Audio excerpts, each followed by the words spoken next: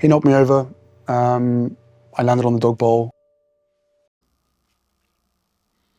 This one's wife. This confirms what losers they are.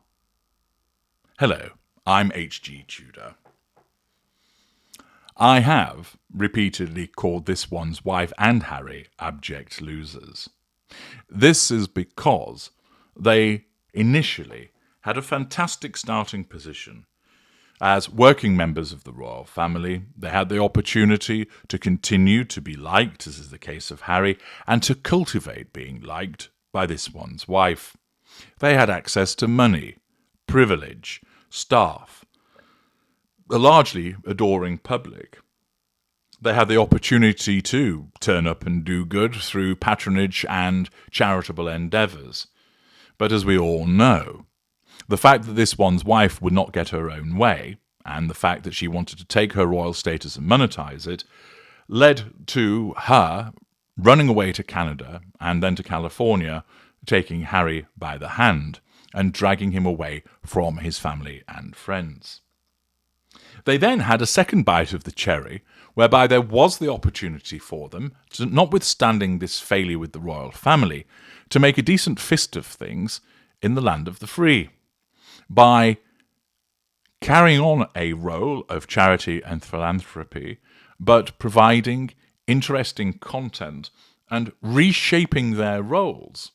There was the possibility that they could have lived their lives privately whilst doing good and earning money. After all, they started off with those two significant contracts with Netflix and Spotify.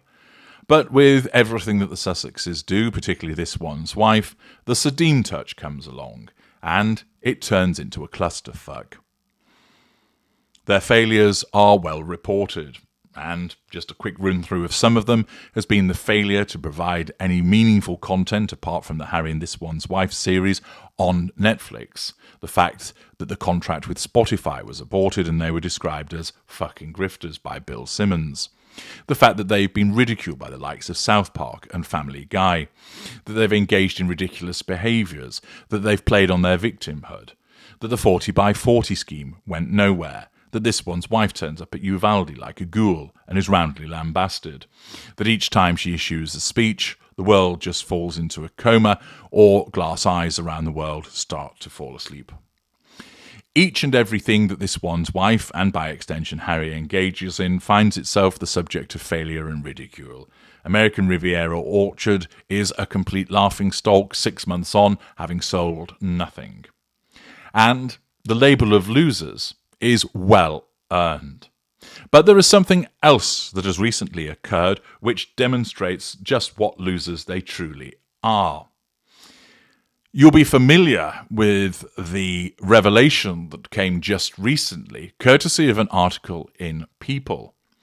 People, as we know, is a supine publication that is largely pro-Sussex and regularly reports on what they're up to in a favourable way. An article just recently, which was from Erin Hill and Janine Henney, told us, as Prince Harry approaches his milestone 40th birthday on September the 15th, he's setting his sights on the future. After years of self-reflection, chronicled in his best-selling memoir, Spare, the Duke of Sussex is focused on enjoying life with his wife, this one's wife, and their children Prince Archie V and Princess Elizabeth III. Yes, you keep on telling us that he's enjoying life. Well, someone ought to tell his face. His work continues with his Archwell Foundation, the non-profit he co-founded with this one's wife, and a series of entertainment projects through their Netflix deal, including an upcoming documentary airing in December that's centred on one of his greatest passions, polo, yawn. But above all, Prince Harry's priority remains fatherhood. In an exclusive email to People, Harry says, "The best gift I've ever been given is, without a doubt, my kids. I enjoy watching them grow every single day, and I love being their dad." Though the Duke and Duchess of Sussex are raising Archie and Elizabeth out of the spotlight, they have given glimpses into their children's personalities.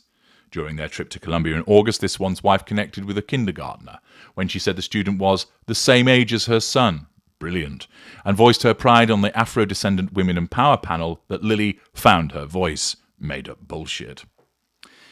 Now, leaving aside, of course, the usual flannel that this one's wife spouts in relation to the children, you'll have identified a key point there. But above all, Prince Harry's priority remains fatherhood in an exclusive email to people. Yes, this is the behaviour of the Prince of Pink Pancakes and this one's wife. And let's not forget who will be the driver behind this. It's this one's wife. Why? Because of her narcissism. She has to control, part of which means controlling the narrative of what people say about her. This means she wants certain publications never to talk shit about her and certain publications to always spout praise about her. We know the stable of supine publications that PR releases are given to because they're viewed as providing a favourable light on the Sussexes.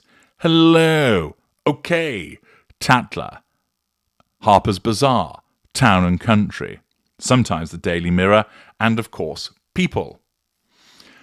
Thus, it's not a surprise to find that, in actual fact, the Sussexes directly email People and probably the other publications giving them news.